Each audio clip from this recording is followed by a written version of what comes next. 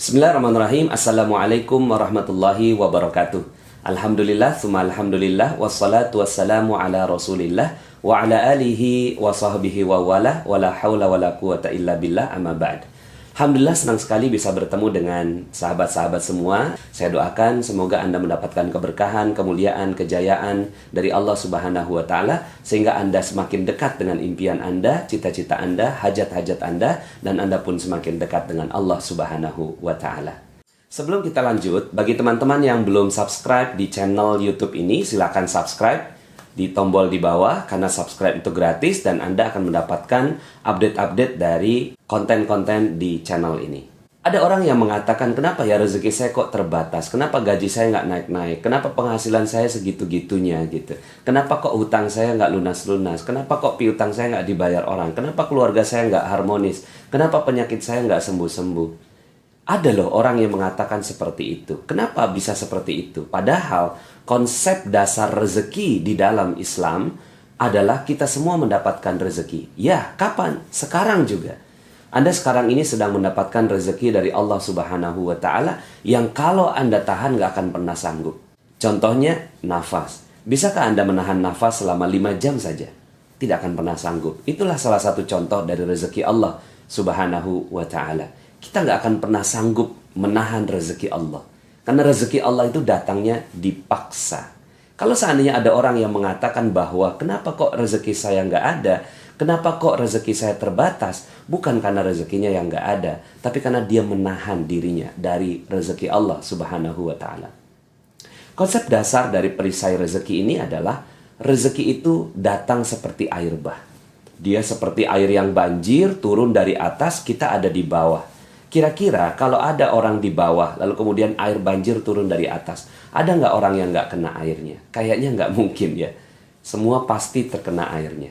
Hanya ada satu golongan orang yang ketika air banjir itu datang dan dia tidak mendapatkan airnya, adalah orang-orang yang membangun benteng, membangun bendungan, membangun perisai. Sehingga akhirnya air itu datang melimpas dan dia tidak terkena ke airnya. Begitulah konsep rezeki Allah Subhanahu wa Ta'ala. Allahnya mau kasih rezeki, tapi kitanya yang membangun perisai itu. Nah, maka kalau kita sudah memahami tentang konsep ini, untuk mendapatkan air bagaimana? Sederhana, buka aja bentengnya. Sederhana, buka aja perisainya. Begitu juga dengan rezeki. Ya, kita ingin mendapatkan rezeki berlimpah, bukan dengan bekerja, bukan dengan berusaha, bukan dengan berikhtiar, tapi dengan membuka perisainya.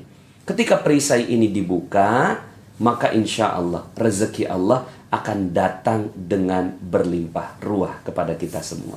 Perisai inilah yang harus kita betul-betul perhatikan agar kita mendapatkan rezeki Allah Subhanahu wa Ta'ala. Perisai itu bernama dosa. Ya, tidak ada yang lain.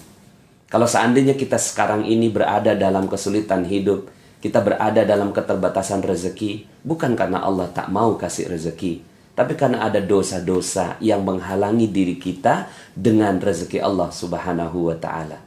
Semakin tebal dosanya, semakin jauh diri kita dari rezeki Allah Subhanahu wa Ta'ala. Dan sangat erat korelasinya antara dosa dengan rezeki. Makin banyak dosanya, makin jauh rezekinya.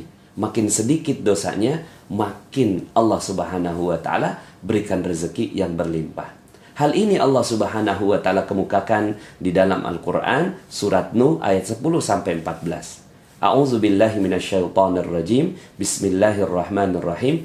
Faqultu astaghfiru rabbakum innahu kana ghaffara yursilis samaa'a 'alaikum midrara wa yumdidkum bi amwalin wa banin wa yaj'al lakum jannatin wa yaj'al lakum anhara ma lakum la tarjuna lillahi waqara wa qad khalaqakum atwara.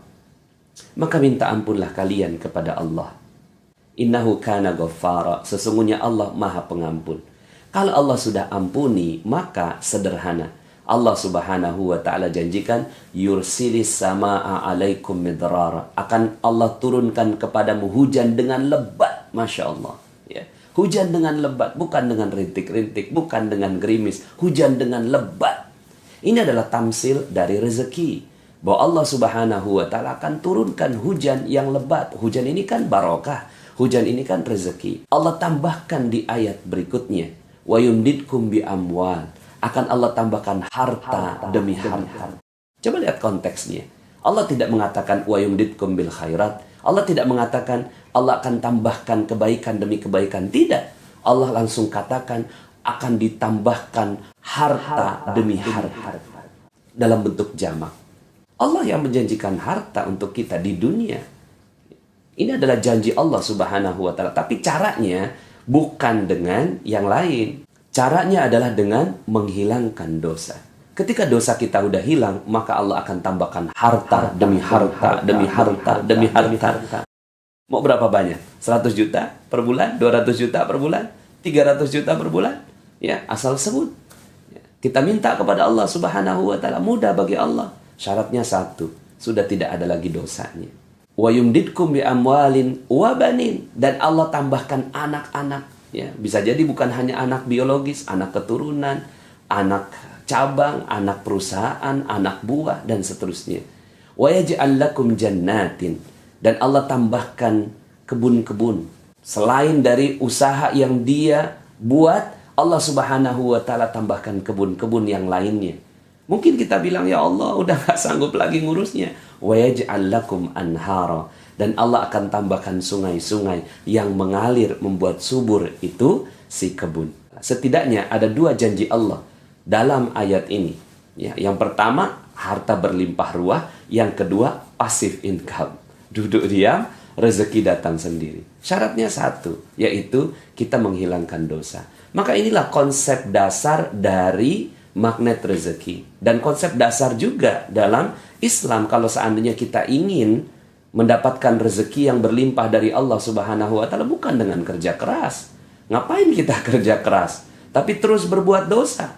Ya, kita kerja keras, terus berbuat dosa. Oke lah, kalau seandainya dapat uangnya. Tapi diambil kesehatan oleh Allah Subhanahu wa Ta'ala. Diambil barokah dari Allah. Diambil keharmonisan dari Allah Subhanahu wa Ta'ala. Anak kena narkoba. Ya, istri selingkuh, suami selingkuh, kemudian rumah seperti neraka. Mungkin banyak hartanya, tapi Allah Subhanahu wa Ta'ala ambil harta yang lainnya. Ya, karena kan rezeki bukan cuma sekedar harta, tapi juga banyak hal. Nah, maka kalau kita ingin mendapatkan keberkahan dari Allah Subhanahu wa Ta'ala ini, ingin dapatkan rezeki Allah ini, maka caranya sederhana, pakai cara Allah.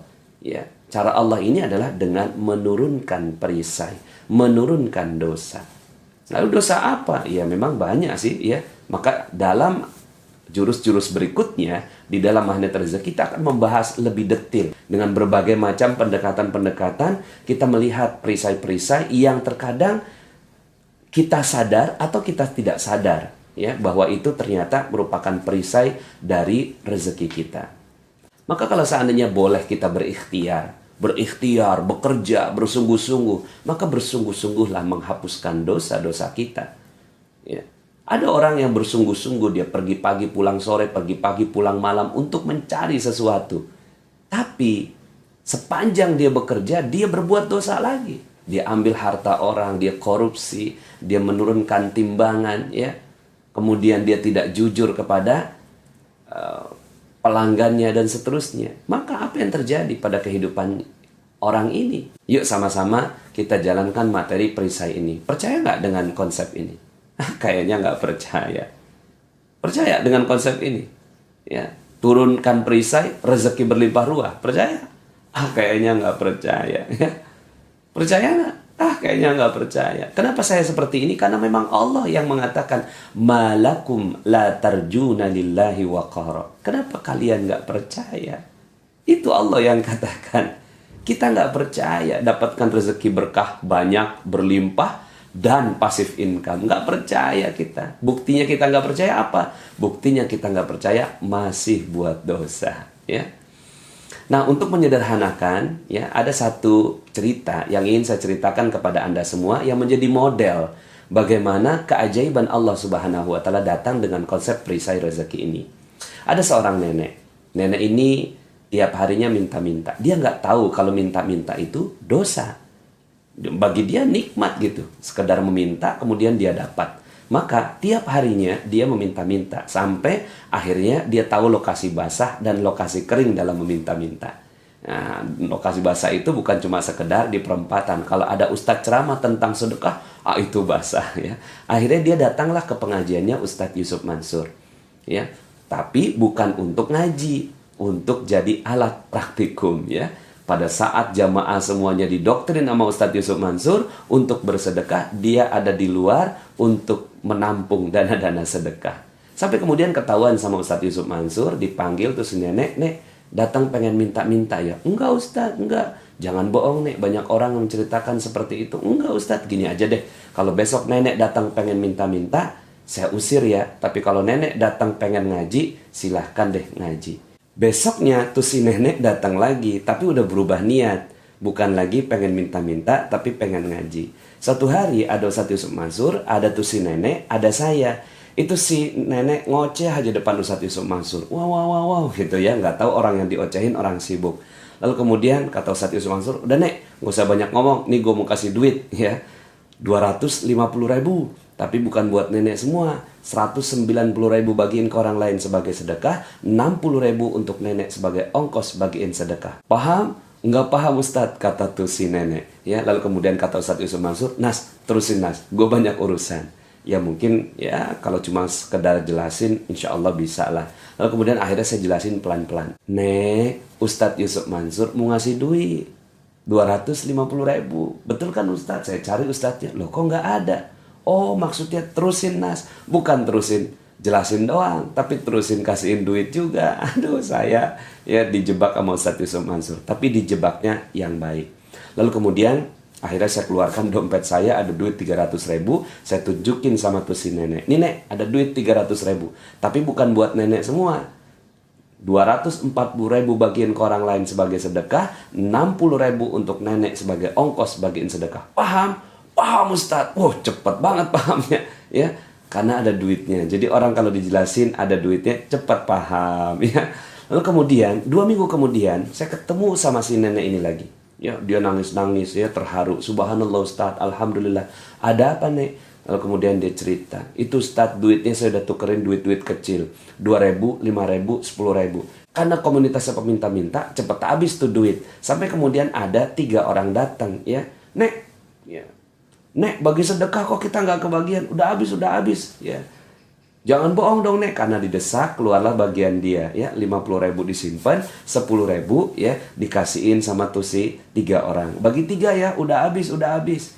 Pagi harinya dia melakukan seperti itu. Malam harinya lewat depan sebuah rumah, namanya Ibu Hajah Maryam. Lalu kemudian dipanggil tuh si nenek. "Nek, sini Nek, ada apa Bu Haji?" "Nggak tahu nih, beberapa bulan ini saya terus keingetan nenek." Lihat kalimatnya, beberapa bulan ini saya terus keingetan nenek. Alhamdulillah tadi pagi saya sudah daftarkan nenek pergi umroh.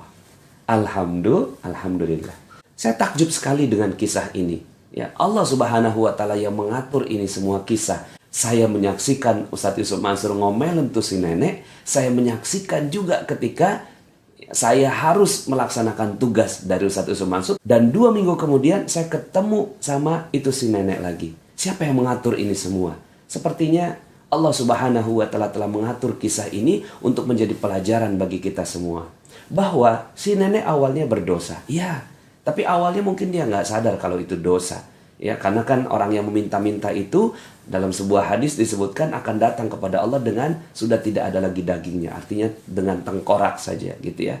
Saking dihinakannya orang-orang yang meminta-minta ini. Kalau minta sekali 2 kali, it's okay, wajar. Tapi kalau meminta-minta dan dijadikan profesi, nah ini dosa. Nah, awalnya sang nenek berbuat dosa. Sampai kemudian Allah Subhanahu wa Ta'ala tetapkan sebuah ilmu melalui Ustadz Yusuf Mansur. Itu pun dipaksa gitu ya. Dipaksa untuk melaksanakannya. Sampai kemudian akhirnya sang nenek ini alhamdulillah mau melaksanakannya. Dia ngaji. Dia turunkan perisainya. Dia perlahan-lahan turunkan perisainya. Semasa dia menurunkan perisainya itulah Allah Subhanahu wa Ta'ala titipkan orang yang akan memberikan rezeki buat sang nenek. Coba bayangkan, ada seorang, ini saya sampai hafal betul namanya Ibu Hajah Maryam. Ya. Lalu kemudian sang Ibu Hajah ini, entah kenapa kok Allah yang buat pemikiran bagi Ibu Hajah ini untuk memikirkan umroh bagi sang nenek. Siapa yang mengatur itu semua? Allah Subhanahu wa Ta'ala. Sampai kemudian ketika saatnya tiba, Allah Subhanahu wa Ta'ala ingin memberikan kegembiraan berupa keajaiban, maka keajaiban itu terjadi. Bukan keajaiban itu terjadinya dulu, di masa ini sudah ada keajaiban itu. So, bagi Anda yang menonton YouTube ini, seandainya Anda berada dalam kondisi yang Allah Subhanahu wa Ta'ala tetapkan rezeki Anda masih terbatas, percayalah bahwa ketika kita mau menurunkan perisai kita, ketika kita mau menurunkan dosa kita, ketika kita mau menurunkan hal-hal yang Allah Subhanahu wa Ta'ala larang untuk kita, maka insya Allah sebentar lagi akan terjadi keajaiban bagi Anda. Maka inilah perisai rezeki. Kalau kita ingin dapat keajaiban, turunkan perisainya, maka insya Allah keajaiban akan datang pada Anda semua.